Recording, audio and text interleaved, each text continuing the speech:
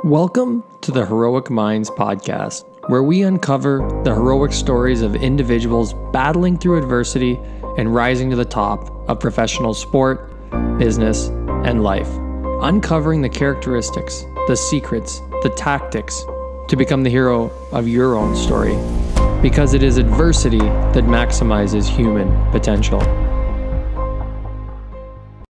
Welcome back to the Heroic Minds podcast. On today's episode, we have Brian Murphy, a police officer from Wisconsin. In August of 2012, Brian was answering to something he didn't know he was about to get into.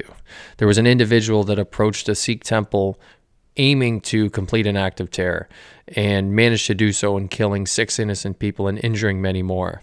Now, Brian showed up to this call, and within a minute and 15 seconds of a gunfight, Brian was shot 15 times.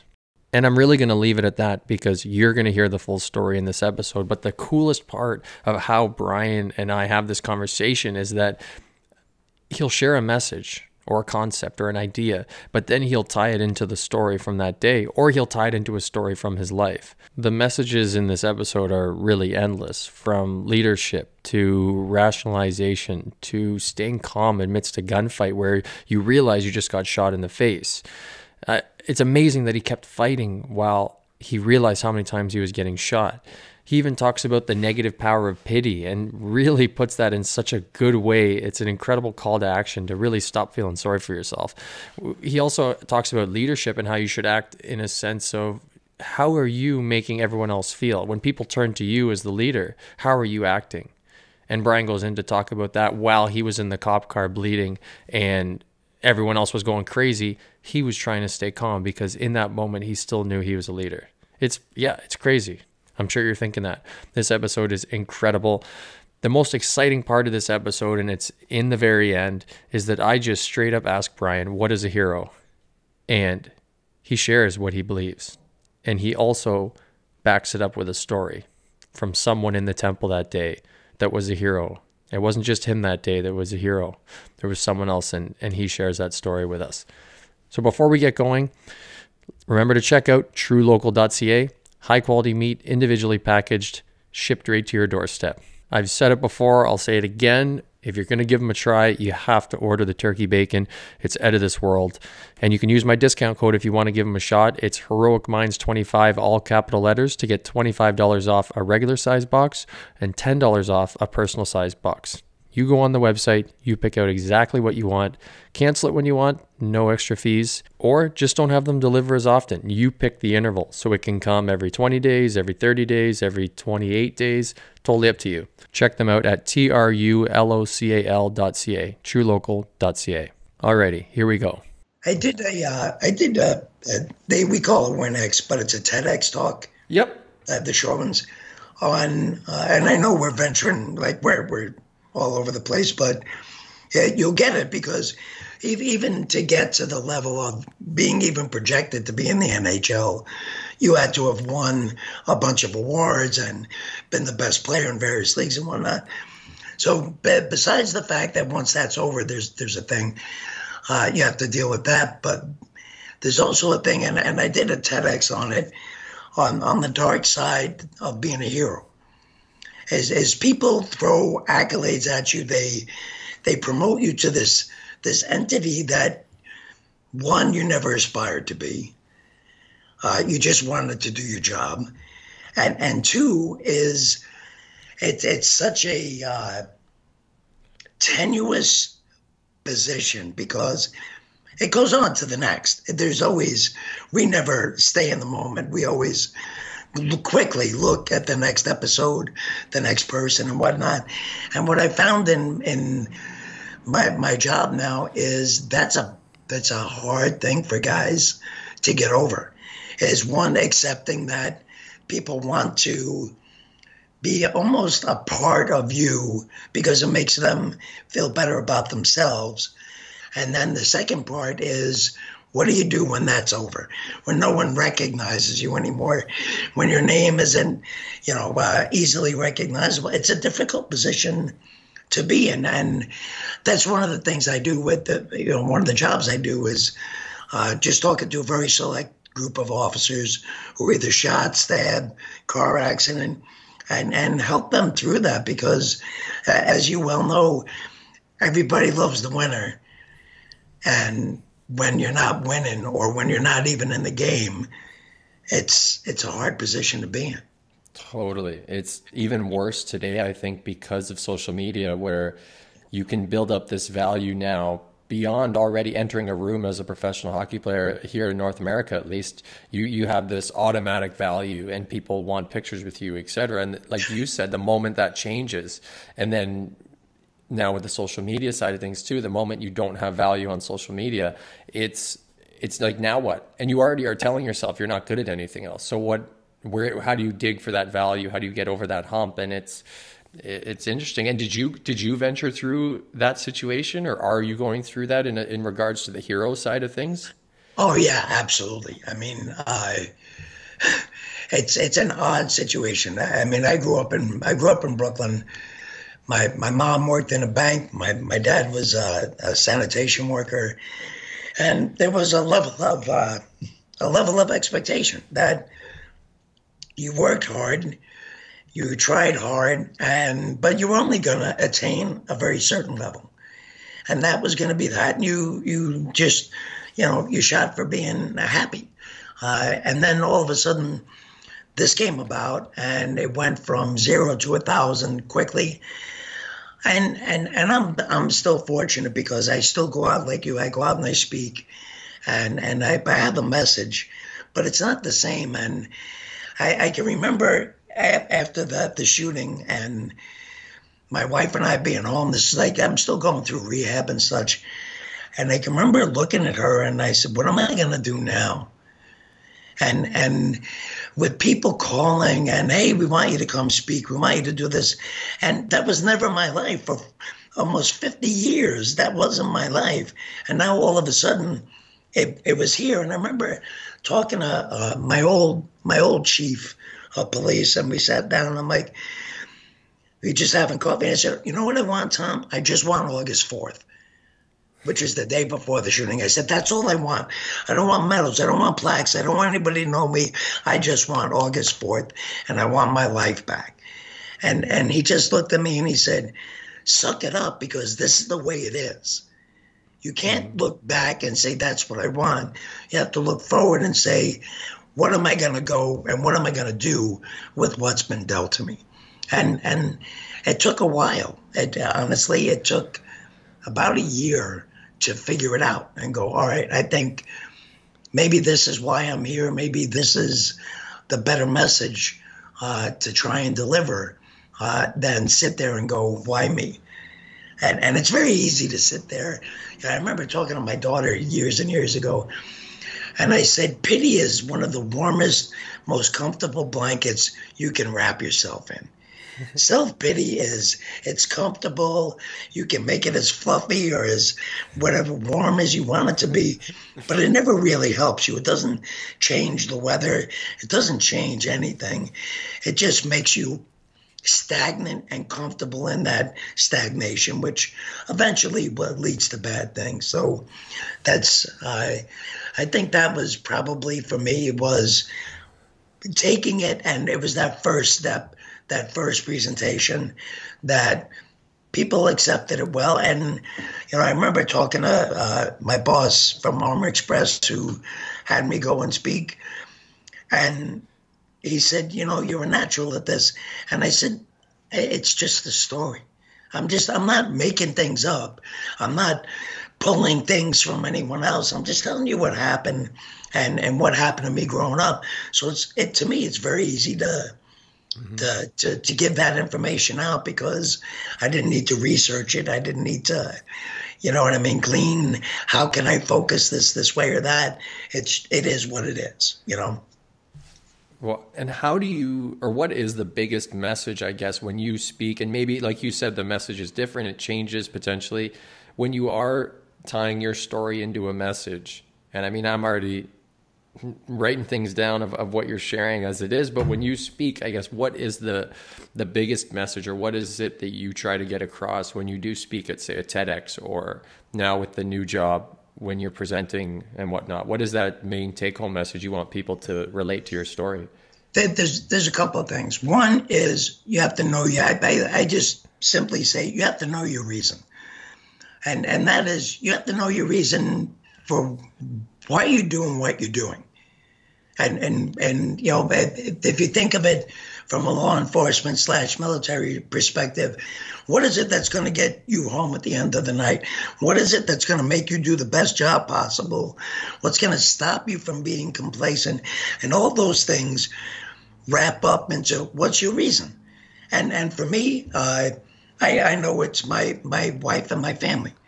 So when and you know, if you want, we can discuss the actual shooting, because in the middle of the shooting, right in the middle of it, this epiphany comes, and I see my wife Ann's face, and boom, it's on. My thought was, I'm getting back to my squad. But without that reason, I think we all flounder, and it's all happened to us in our lifetimes that you forget the reason. It gets opaque. It changes. But that's one, is you have to know your reason and stick to it. The other one, I think, more importantly, is every day is a gladiatorial event. And what I mean by that is there has to be, you have to get out of your comfort zone every day. You have to make it at least one thing that is a little bit of a struggle. Whether it's, I don't care. Take 10 seconds off your mile run. Whether it's not yelling at your kid because they won't pick up their clothes off the floor, and not getting upset at it.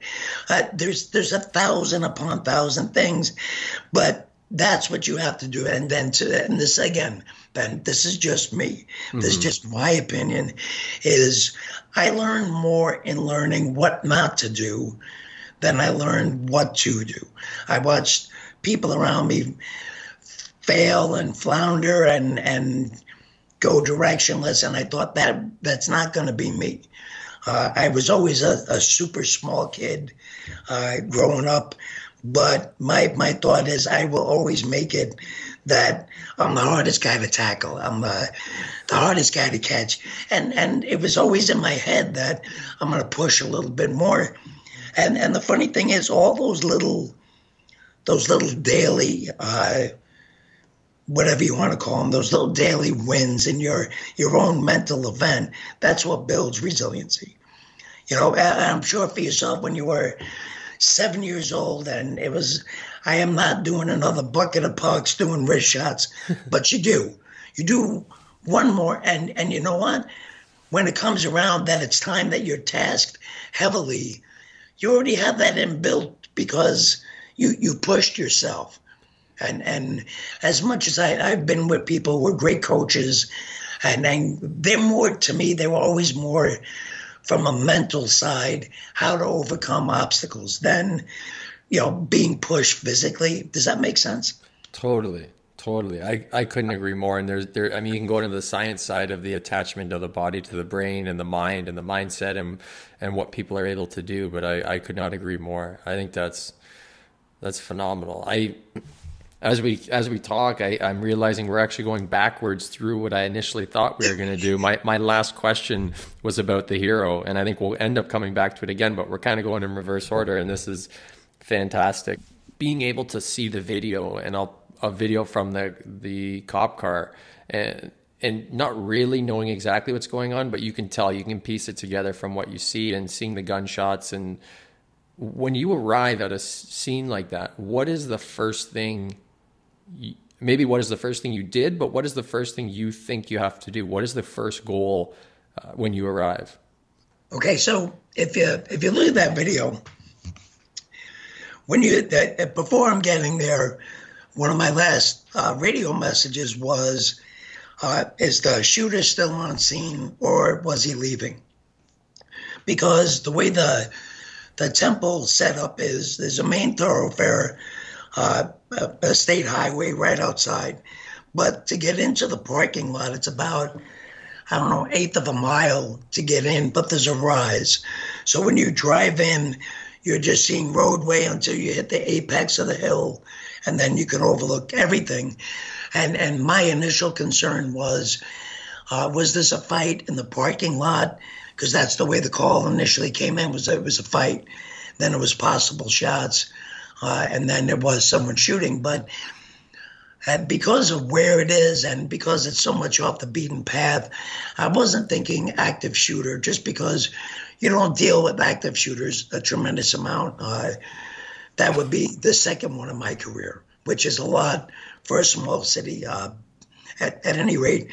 But that was my first thing, was this a fight?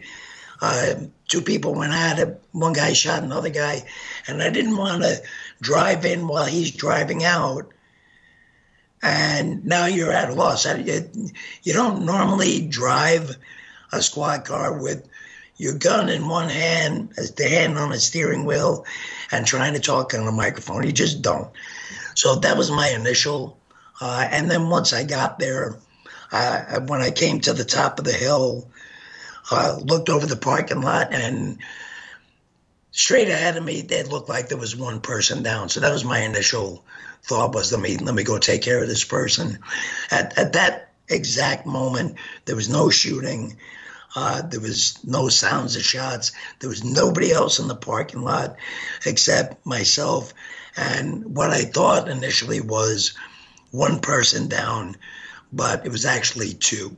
So they were brothers. They were priests from India, and they had been in the parking lot when the shooter got there.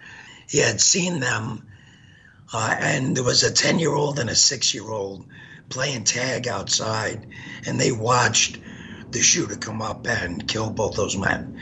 So they ran inside the building and said, "This guy outside shooting," and then he went in. So when I got there, saw the guy down, and when I say I saw one, the one brother must have tried to protect the other brother and was laying on top of him, and they were wearing ceremonial robes. But all I could see was one head and one large body. But the one brother was actually laying on top of the other one, like he was protecting him. Wow. So at that moment, that was my first train of thought was, okay, I call for an ambulance. Again, I'm scanning, looking for anyone. And at that particular second, nobody was there. And that changed in 2 seconds. At that moment, were you, it sounds like from the articles and the video, it seems like you were the only officer for most of this encounter? It probably winds up dividing about half and half. I dealt with them in the end, it wound up being 1 minute and 51 seconds from our initial shot till the arriving officer came. Now, he was there, and he had called me on the radio, but unfortunately, I was already shot, so I couldn't answer him. And then he wound up, he shot and hit the shooter, and the shooter went down and killed himself. Now, I have to say this because I think this is of utmost importance. I'm a good shot, okay? I was in the Marines for 5 years, always qualified, expert. I did SWAT for almost 18 years. We qualified twice a month with SWAT and once for patrol, so I shot a great deal.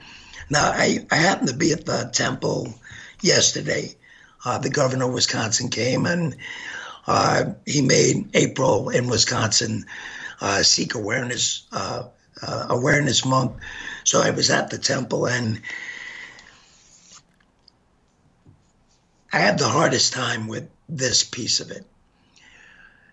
I drive up, and it was my wife and I, so I told Ann, my wife, I said, I'm going to pull in right where I pulled in. So I stopped my car and parked right where I did where you see my squad. And we got out of the car, and I explained it to her, and I'll explain it to you. It is the hardest thing for me to get over.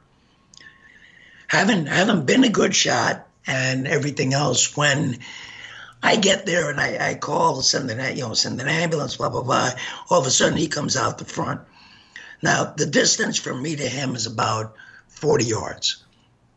And he turns, so he's perpendicular to me and is running away from me. And at one point, I had my gun out at this point. I'm yelling for him, police stop. And the reason why I didn't shoot him is I didn't see a gun. There was no exact match. It was just a guy leaving the temple at this point. So I still draw down on him. And that gun comes sideways.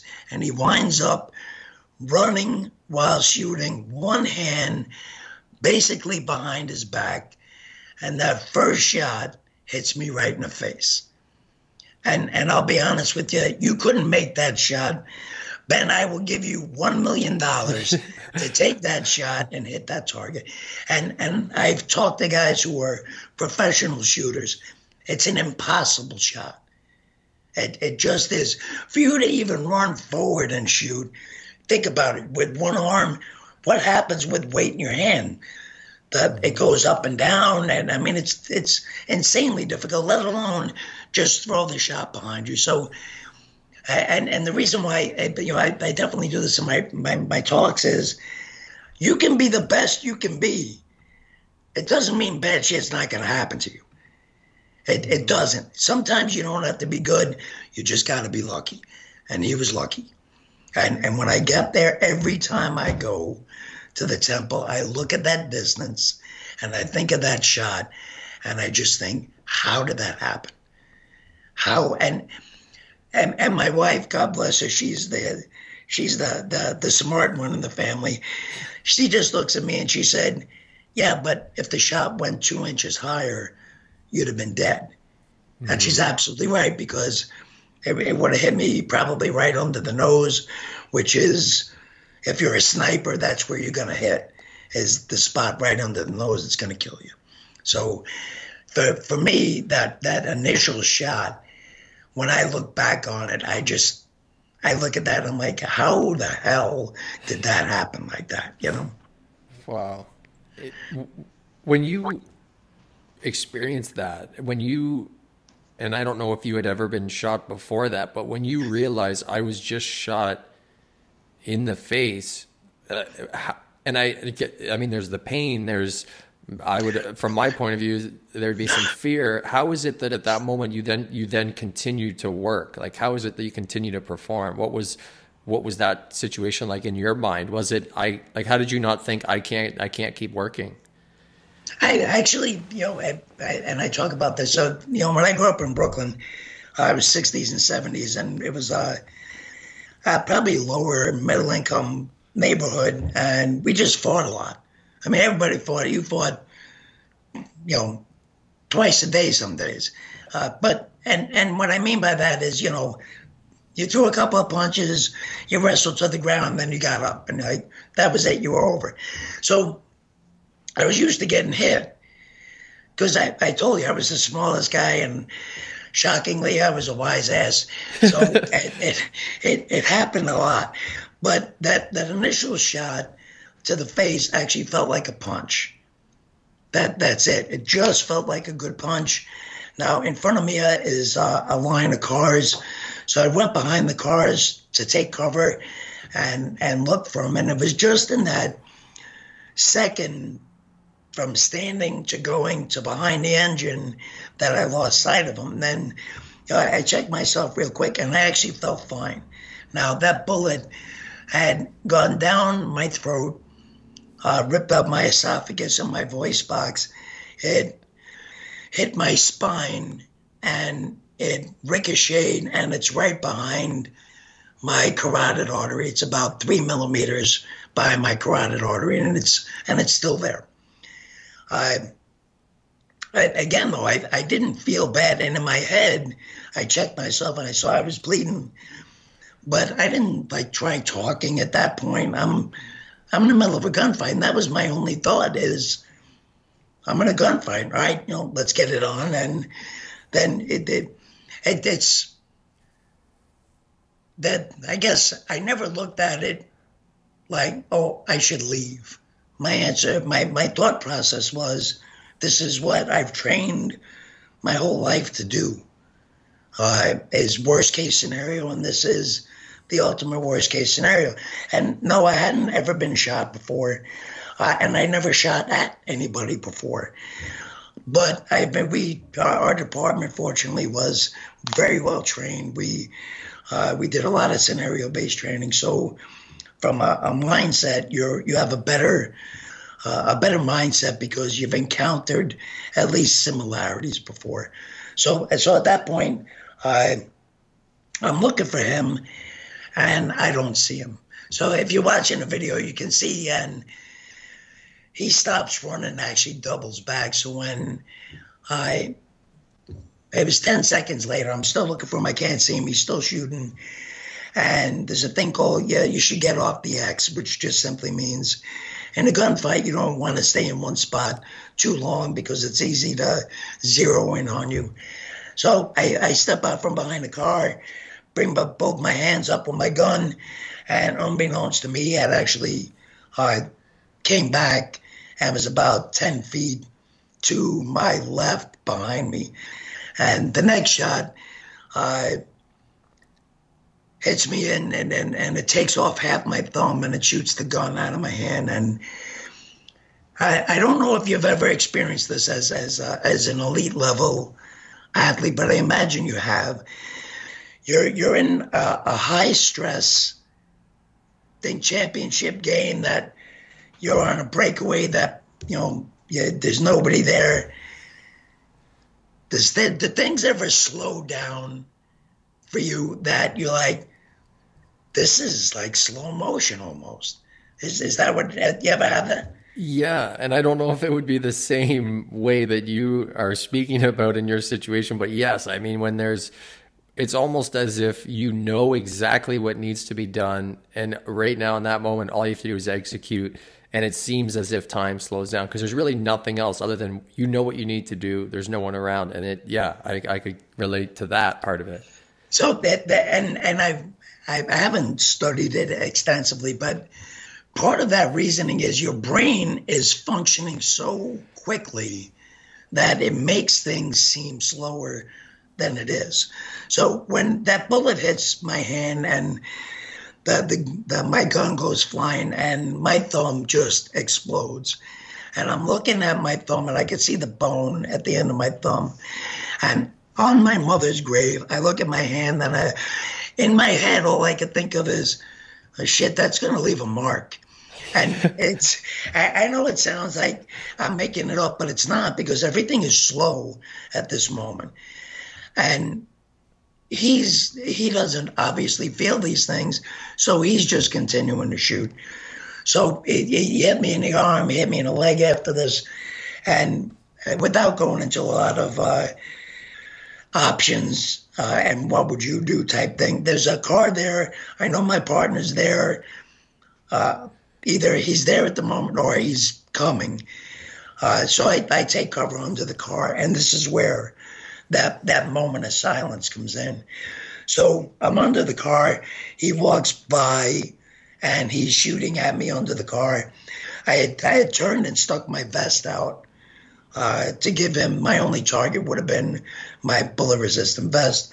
So he hits me a couple of times in the vest, and then he goes on the other side, and there's no noise at that moment. It's quiet, and I close my eyes, and that's where I told you I see Ann. And immediately my reason is I have to get back to the car, my squad. I'm going to either rip the long gun out of there, which, by the way, Murphy's Law being in effect, it's the only day in a year and a half that the locking mechanism for my rifle breaks, is that day. And to add insult to injury, so we're clear on this, there is a divine providence, because that's my off day. I shouldn't even been at work. I had traded with a sergeant. His son was graduating ROTC, and he needed the day off. And my thought was, well, I'm supposed to go on my honeymoon in 10 days. So we'll just switch days. I'll work for him. He'll work when I'm on my honeymoon. This is going to be great. So those two things also come into effect. Oh my And gosh. yeah, it's when you look and you think this was meant to be, and it was meant to be for me, then it actually makes it easier to swallow, I think, when you add it all together. Anyway, I think in my head this is what's gonna. I have to get back to the car. So if I can either rip the rifle out or I'm just gonna run him over, but it's gonna be good for me and bad for him. And to be honest with you, I don't know where he is at this moment. There's no noise. There's no nothing. My initial thought is he's running to where I initially saw him come out. So he came out of the building and ran to his left. So I'm figuring he's got a car there. He's got a partner, blah, blah, blah. Well, when I roll out from under the car, that pause, that no noise, was because he had run out of ammo and now he just reloads. So when I roll out from under the car, I'm basically looking at him like I'm looking at you on Skype now. We're just about 8 feet apart, and then he just starts shooting, and it's boom, boom, boom, boom. Around where this incident took place, there's 26 shell casings. So that's how many times he shot at me. And I look at this and I think, why didn't he? And my wife brought this up, and she said, well, you have to see you were like pushing yourself back, that you didn't have anything in your hands that could hurt him. Why didn't he just walk right on top of you and put the gun to your head and kill you? And I said, you know what? I don't know. And he's dead, so we'll never know. But I said, I think this is the answer. Active shooters all over the place, they look for one thing. They look to promote chaos. It's a power issue. Very rarely does anybody target, hey, let me go hit Navy SEAL headquarters, right? We just had this happen at the synagogue in California, synagogue in Pittsburgh. You know what I mean? These are not places you expect these things to happen. So when he goes in, he is getting what he wants. It's what he always envisioned. It's what he always planned for, was people running, screaming, and running away from him. But to be honest with you, when I was looking at him, all I could think of is, I wanted him to get close enough where I could hook his heel and drag him to the ground with me. What I learned is I got really short arms, so being a boxer was never in the cards for me. But you also know, being in hockey and just in life, sometimes you have to fight. So you have to figure out, if I can't box you, what should I do? And the answer is, I have to go to the ground. Mm-hmm. So I feel comfortable fighting there. And that was my only thing. And to be honest with you, there was a moment in all of this where in my head, I just was trying to stay laser focused, get to the car, get to the car, get to the car. But then it changes in the middle and it just becomes anger. And I'm looking at him and I'm just so pissed. And I'm like, when are you going to be done shooting me? Do you know what I mean? He's just standing there shooting. I just expect him at some point to just say the hell with it and go wherever he was going, but he doesn't. So I roll over, and because it's faster for me anyway, crawling forward than going back, backward crab walk. And he shoots me some more, and then the final bullet comes, and that skims off the back of the top of my vest, and that one goes into the back of my skull. And that one actually laid me flat. And then at that moment, so while that's going on, my partner arrived. So this is a condensed version. So he had already been there for 40 seconds, unbeknownst to me. And then he gets the attention of the shooter and him engage. And like I said, Sam shoots him, puts him down, and then he kills himself.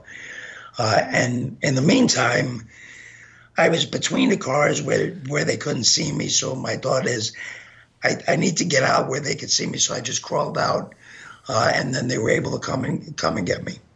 You talk about it in such a rational way. when you were, it sounds like when you were there, you were also thinking rationally in that moment. And I know you touched on visioning your family and having that as a reason to keep pushing.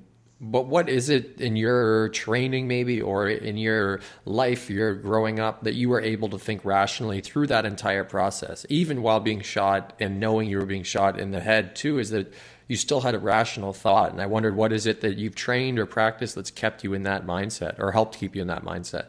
It's it's the ability to remain calm.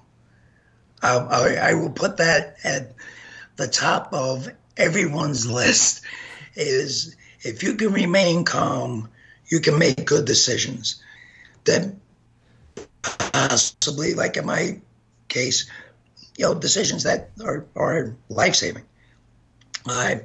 When this is over, and I don't know how to do this, my technology stinks, but there's the video of me in the back of my car. So they come and they pick me up at that. I've been shot 15 times, and they put me in the back of the car. And if you watch the video, I can show it to you. The only one who's calm is me. Everybody else is yelling and screaming, and rightfully so. I'm not taking anything away from anybody. This is not an everyday occurrence at any police department. So when guys, I worked with all these guys for a minimum of 23 years. These are my friends. That we're a small agency, so I know them, they know me, and to look down and to see your friend shot to pieces is, I mean, you can imagine. Don't even go shots. Say you see a car accident, and you get out, and that's you're a good friend you've known for 20 years, bleeding all over the place out of this car accident. Your heart rate, everything will be through the roof.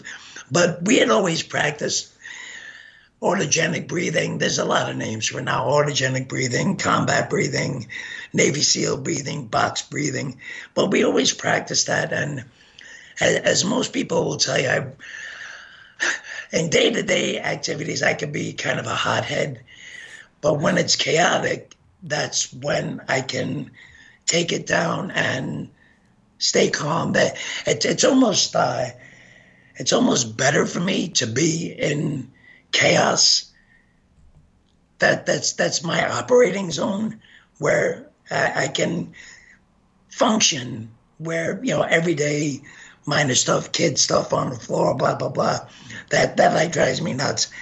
But that was all from being in the military, being training for 22 years at that point, that this is your job, is to remain calm. And again, at that moment, I'm the boss. I was a lieutenant, and I know from doing this for a long time, we have a team captain. Yeah, my last year I was the captain. Yeah. All right, so if something's going on, don't people look to you like, where you're at is where I need to be? If Ben is like super fired up and ready to go, that's where I need to be, right? Or if Ben's like super calm, that's where I need to be. And I knew this, that my demeanor was going to set the tone for everybody else. So that was in my head, as well as I have to remain calm, lower my blood pressure, keep my respirations to a normal function, keep everybody down to a working level, so everybody here makes good decisions. But that was, it's easier said than done, and it was a lot of practice. Like I said, we trained a lot, real life scenarios, a lot of ground fighting, where in the middle of it, I can remember saying, all right, hold on, stop for a second, just to think my way through it. And then, all right, let's do it again, faster, a little bit faster. But everything requires that baby step action. So then when things become real life, it's you fall into, I guess I've heard it this way. You can't go to the toolbox to get a tool that you never use. You're going to pick a tool that you use every day. And that's to me, that's the philosophy that, you asked in the very beginning, what do you tell guys? Well, you have to know your reason. The other one is you have to know yourself. You have to know your limitations. You have to know your strengths. Work on both. And I've heard that, maintain your strengths. Not bullshit. You make your strength off the charts. Why do we get to go? Well, I squat a lot of weight, so I'm not going to squat anymore. Why? That's foolish. Keep your squat, make your squat even greater, but work on the things that are not your strong suit or you don't like.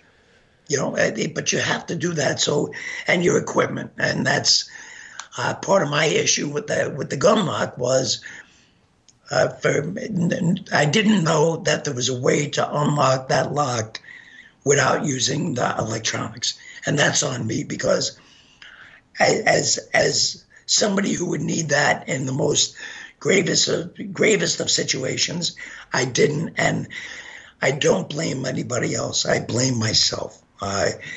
Then under all of that, those three things, know yourself, know your reason, know your equipment, is simply, it's your life. Own it. Don't, when I talk to guys, don't tell me, but the department won't let me go to the range, so I'm not a good shot. No. It's your life. Spend $20, go get a box of rounds and go to the range. If you're not a good ground fighter, find somebody who is, have them show you, go to a class. Sometimes you have to go on your own. If this is your job, I don't know any pro athlete who stops at the end of the year. Well, season's over. I'm not going to do a damn thing till minicamp. You can't. Your skills, and especially as you age, you have to compensate, and learn. Okay, well, now, I'm 57. I can't sprint like I could when I was in the Marines. So that doesn't mean you can't, doesn't mean you stop running. It just means you learn to compensate. I need to stay at this level because I can still function.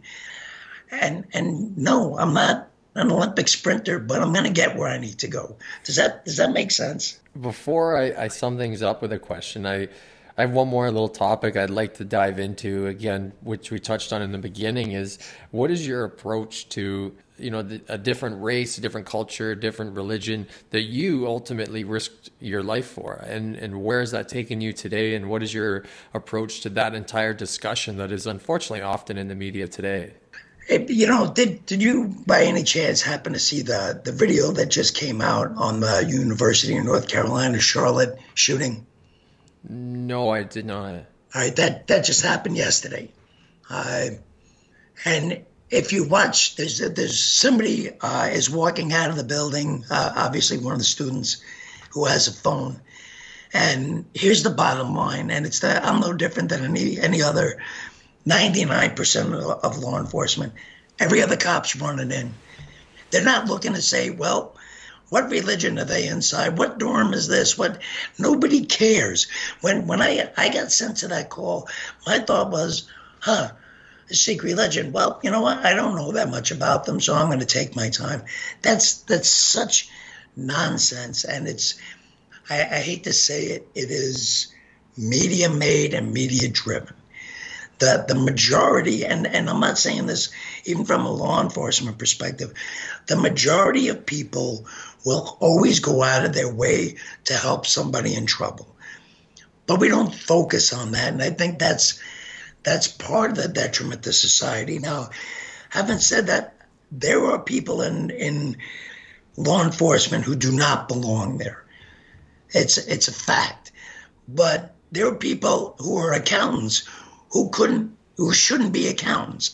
It's a job of 600,000 people, and you can't say everyone needs perfection because it just can't happen.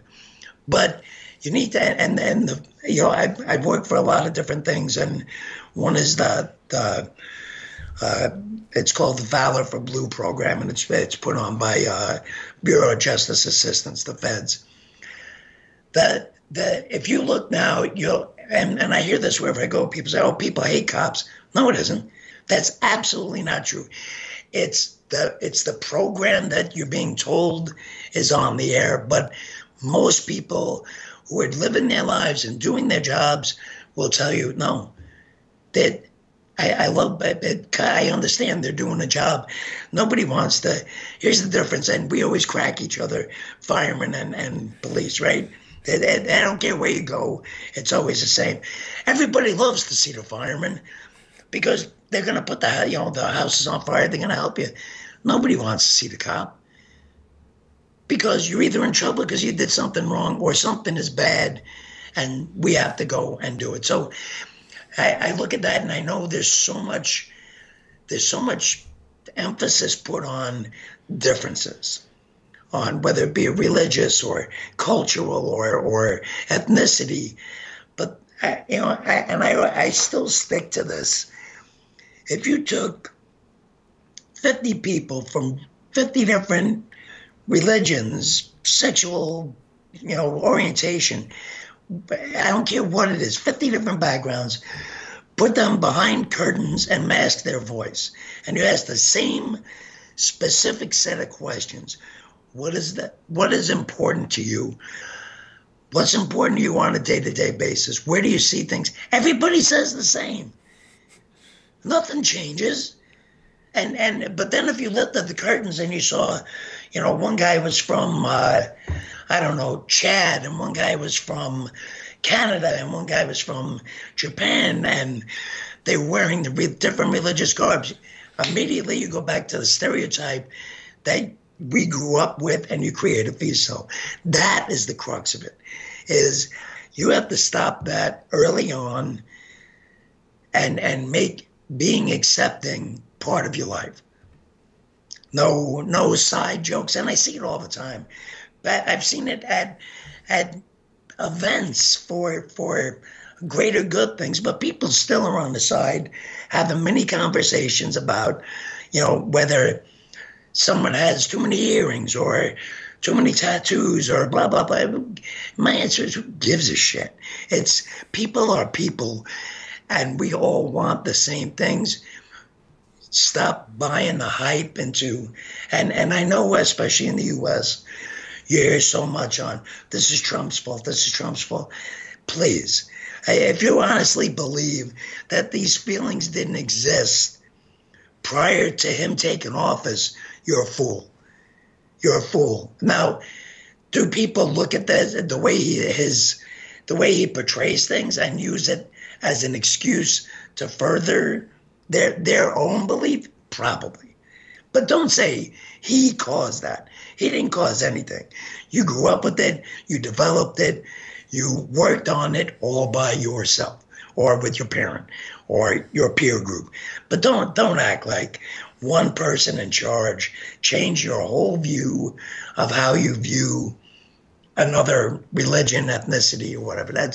I don't buy that. And I know I went off the rails there, but it's the truth of the matter. I mean, no matter where you go, and that's why I always put those slides up of the Sikh religion. 99% of the men in the United States and Canada who wear a turban and a beard are not Muslim. They're Sikh. And when you say that, you can see the looks and watch people look at each other like, what? And say, yeah. And my answer is, so do you like them now? And then you're like, well, and then you go, well, they believe the same as you.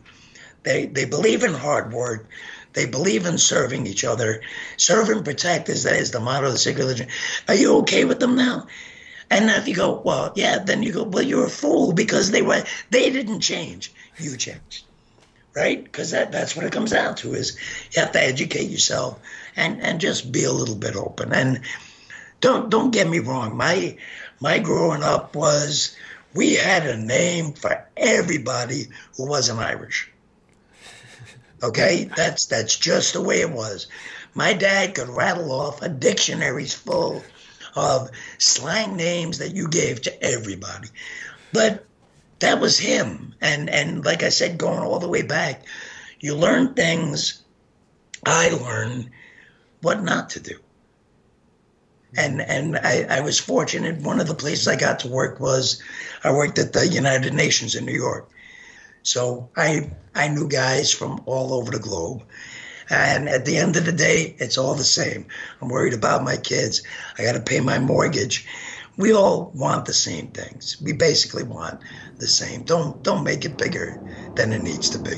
In conclusion, I've got one final question to ask, and that's, what is a hero to you? It's funny because in my slides, I put what happens is the shooter goes into a back room, and I usually pick 3 people out of the audience. Give me your definition of a warrior. Somebody who doesn't stop fighting, somebody who will keep going. And I said, all right, in your head, how do you see a hero? How do you visualize your hero? I go, is it the 38-year-old, 300-pound guy eating Doritos off his belly in his mom's basement? Or is it the buff, gladiator? And everybody says the same. And I go, and I'm going to show you what happens. And in this, the man who runs the temple, his name is Mr. Kalika, and he's 65 years old, no military, no law enforcement experience. Killer comes in, shoots him. First, Mr. Kalika pleads with him, please, you don't need to do this. Put the knife down, put the gun down. Let's talk. There's no need. So he tries to talk him down. He gets shot. Killer comes on top of him. Mr. Kalika takes out a small ceremonial knife called a kirpan, and he starts stabbing him in the leg. He gets shot again, and the knife goes away. And the last thing Mr. Kalika does is he takes his hands and he wraps them so hard into the shooter's pant leg that when the killer rips his leg away, he actually takes Mr. Kalika's fingernails with him. Now, what's unbeknownst to the killer is in this room, there's a bathroom, and Mr. Kalika had put a mother, a father, a 4-year-old, and a 2-year-old, hid them in the bathroom. So not only is he protecting those 4 people, he's trying to protect the entire temple. So I show a picture of him, and I said, would you now say that man is a hero?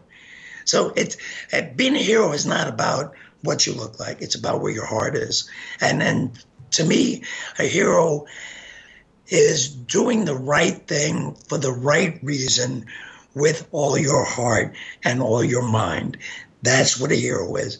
It doesn't have to be anything to a life and death thing. The person who sees something wrong going on and fixes it with no expectation.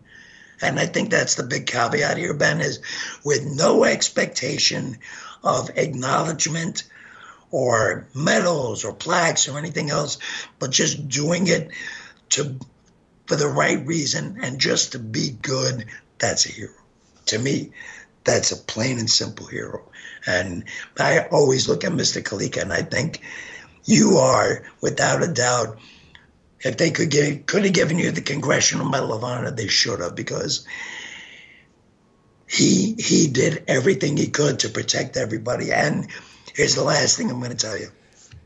Probably not your last, but while that fight's taking place, we're already responding, okay? So what happens then is after he kills Kalika, he goes into the kitchen. And this group of women and children run inside a pantry. And because that fight between Kalika and the killer took place, it gave me enough time to get there. So when the killer's walking up, they all run into this pantry with a sliding door. And they slide that door, and I'm sure you know, most sliding doors don't lock. It's a hollow core door. He could have shot right through that door. It's a tiny, tiny closet with all these women and children in there. And that's just when I arrive. He sees my squad, and he leaves those people alone, and he comes out, and me and him go at it.